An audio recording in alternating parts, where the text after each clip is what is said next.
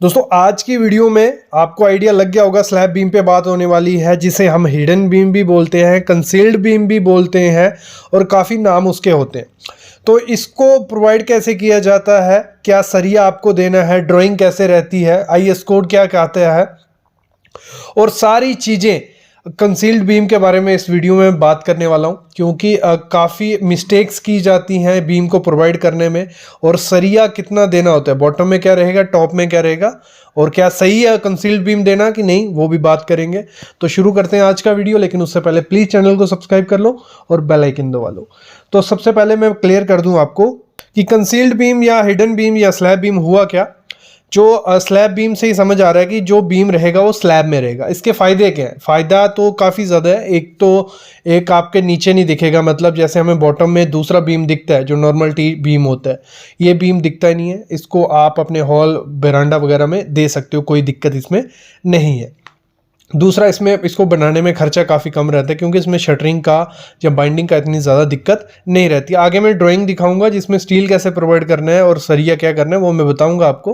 लेकिन अगर हम बात करें इसकी जो आपको मैक्सिमम लेंथ रखनी होती है वो कितनी रख सकते हैं। देखो स्लैब बीम, एक तो पहले आईएस कोड, मैंने काफ़ी आईएस कोड ढूंढे जिसमें मेरे को लगे कि देखता हूँ कि क्या क्या डिटेल होती है। तो आईएस कोड पे कोई मेंशन नहीं था। मेरे ख्याल में ये डिज़ाइन आर्किटेक्ट द्वारा किए गए हैं, जो स्लैब बीम लाए गए ये आर्किटेक्ट द्वारा लाए गए हैं और इसका मिसयूज़ किया जा रहा है। उन्होंने इनको डिज़ाइन किया था कि जहाँ कटआउट्स हो गए, जहाँ नॉर्मल बीम भी हम दे रहे हैं, टी बीम भी दे रहे हैं और जंक्शन बड़ा हो गया, वहाँ हम स्लैब बीम दे देंगे। लेकिन इसको क्या किया जा रहा है, दूसरे बीम जो टी बीम रहते हैं जिनको लटक बीम भी बोलते हैं, उनको हटा दिया गया। क्यों कॉन्ट्रैक्टर हटा गए हैं उनको? क्योंकि उसमें शटरिंग का खर्चा पड़ता था, बाइंडिंग का काफ़ी ज़्यादा टाइम जाता था। तो उन्होंने क्या किया है, जो नॉर्मल रेजिडेंशियल की कंस्ट्रक्शन हो रही है वहाँ टोटल फ्लैट स्लैब कर दी है और स्लैब बीम प्रोवाइड कर दी है। और उसमें भी बहुत बड़ी गलती क्या कर रहे हैं हम, स्लैब में बात कर रहा हूँ, स्लैब में कभी भी 16 mm से ज़्यादा डाई का स्टील यूज़ नहीं किया जाता है। और वो लोग क्या करते हैं, जो बीम है ये हिडन बीम, इसमें 20 mm का सरिया यूज़ कर रहे हैं, 25 mm का सरिया यूज़ कर रहे हैं। तो वो तो बहुत बड़ी गलती है। कभी भी, भले स्लैब बीम है या स्लैब है, आपको 16 mm से ज़्यादा सरिया उसमें यूज़ नहीं करना है। स्लैब बीम में मैक्सिमम डाई आप स्टील कौन सा रहेगा, 16 mm से ज़्यादा डाई का सरिया स्लैब में यूज़ नहीं करना है। क्योंकि ओवर इन्फोर्समेंट के बारे में सुना ही है, तो वो सेक्शन जब ओवर इन्फोर्समेंट हो जाएगी तो काफ़ी दिक्कत फ्यूचर में आ सकती है आपको। एक तो स्लैब बीम का फ़ायदा है कि नीचे उसकी लटक नहीं दिखेगी, हाइट ज़्यादा दिखती है आपके रूम की, और ये चीज़ें होती हैं। और दूसरा, आपको अगर ब्रिक वर्क करना हो तो सीधा आप हिडन बीम जो कंसील्ड बीम है उसके ऊपर ब्रिक वर्क कर सकते हो, दूसरा टी बीम की ज़रूरत वहाँ नहीं पड़ती है। काफ़ी कन्फ्यूज़न होती है लोगों को हैच बीम और हिडन बीम में। हैच बीम अलग है। हिडन बीम क्या हो गया, आपका स्लैब में ही बीम रहेगा। हैच बीम क्या हो गया, आपकी स्लैब डल चुकी है, फ्यूचर में आप सोच रहे हो कि आपको ऊपर घर की कंस्ट्रक्शन करनी है, तो उस दौरान ब्रिक वर्क का जो लोड है डायरेक्ट स्लैब पे नहीं पड़े, वो प्रॉपर डिस्ट्रीब्यूट हो जाए, तो उसके लिए हैच बीम दिए जाते हैं। जैसे मोस्टली स्लैब के ऊपर आपने देखा होगा बीम्स दिए जाते हैं, उन्हें हैच बीम बोलते हैं। तो ये मिन कन्फ्यूज़न निकाल देना अपने दिमाग से। और एक चीज़ इसमें समझने वाली है कि आपको मैक्सिमम लेंथ कितनी रखनी होती है। देखो, जो नॉर्मल बीम रहता है उसकी डेप्थ होती है, और जितनी हम डेप्थ बढ़ाएंगे उतनी हम उसकी स्पान बढ़ा सकते हैं। लेकिन इसकी क्या है, लिमिटेड डेप्थ होगी, 6 इंच, 4 इंच, 5 इंच, बस ज़्यादा से ज़्यादा 8 इंच मैक्सिमम स्लैब की डेप्थ, हम 8 इंच।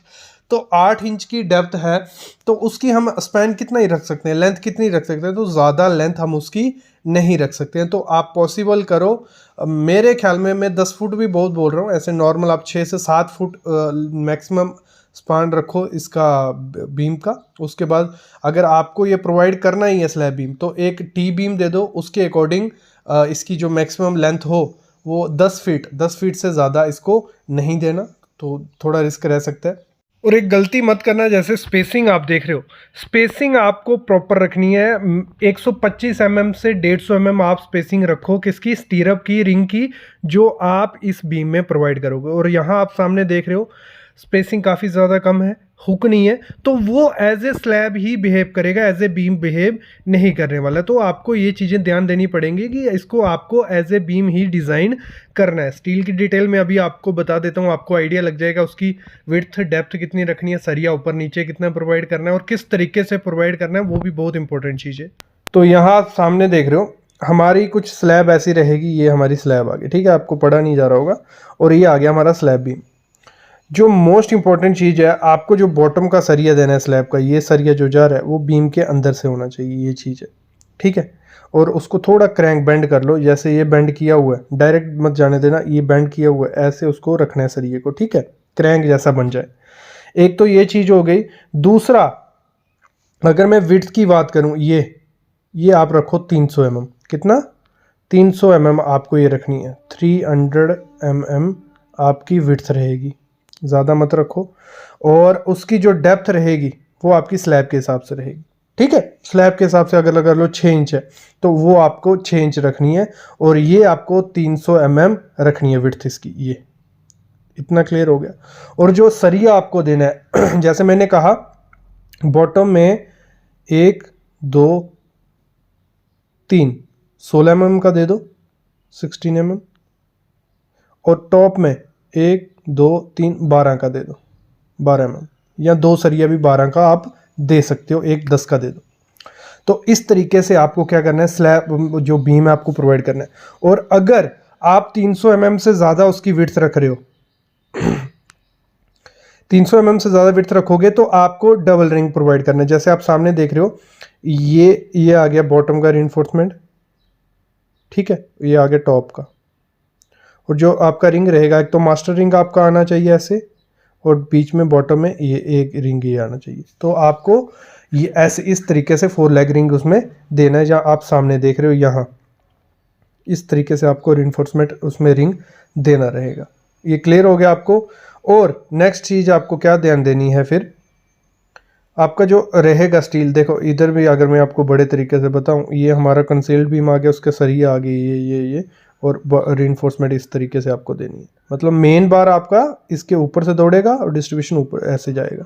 तो इस तरीके से अगर प्रोवाइड करोगे तो एक सही तरीका हो गया उसको प्रोवाइड करने का। देखो इसके फ़ायदे भी काफ़ी हैं, नुकसान भी काफ़ी हैं, तो आपको प्रिकॉशंस लेने पड़ेंगे। आप स्लैब बीम प्रोवाइड कर सकते हो, कोई दिक्कत उसमें नहीं है। लेकिन जो हमारे ट्रेडिशनल बीम है, टी बीम जिनको लटक बीम भी बोलते हैं, उनके साथ आपको प्रोवाइड करना है। और जैसे मैंने आपको बताया स्टील किस तरीके से प्रोवाइड करना है, मैक्सिमम मिनिमम स्टील आपको नहीं प्रोवाइड करना है। और ये फ़ायदे वहाँ देते हैं जहाँ आपको लगा लो लटक बीम नहीं चाहिए, क्योंकि हमें कभी कभी कंडक्ट्स दौड़ाने पड़ते हैं, एसी के हो गए, पाइप्स हो गए, तो उस एरिया में मतलब उस एरिया में वॉकवे है, तो वहाँ पे स्पान ऐसे भी कम होता है। तो उस एरिया में दूसरे ट्रेडिशनल बीम के साथ अगर स्लैब बीम प्रोवाइड करते हो तो वहाँ अच्छे से परफॉर्म ये करेंगे। अभी मैं अलविदा लेता हूँ, लेकिन आपके लिए काफ़ी वीडियोस लाने वाला हूँ, तो प्लीज़ उसके लिए चैनल को सब्सक्राइब करके रखो, बेल आइकन दबाओ, दोस्तों के साथ शेयर करो यार।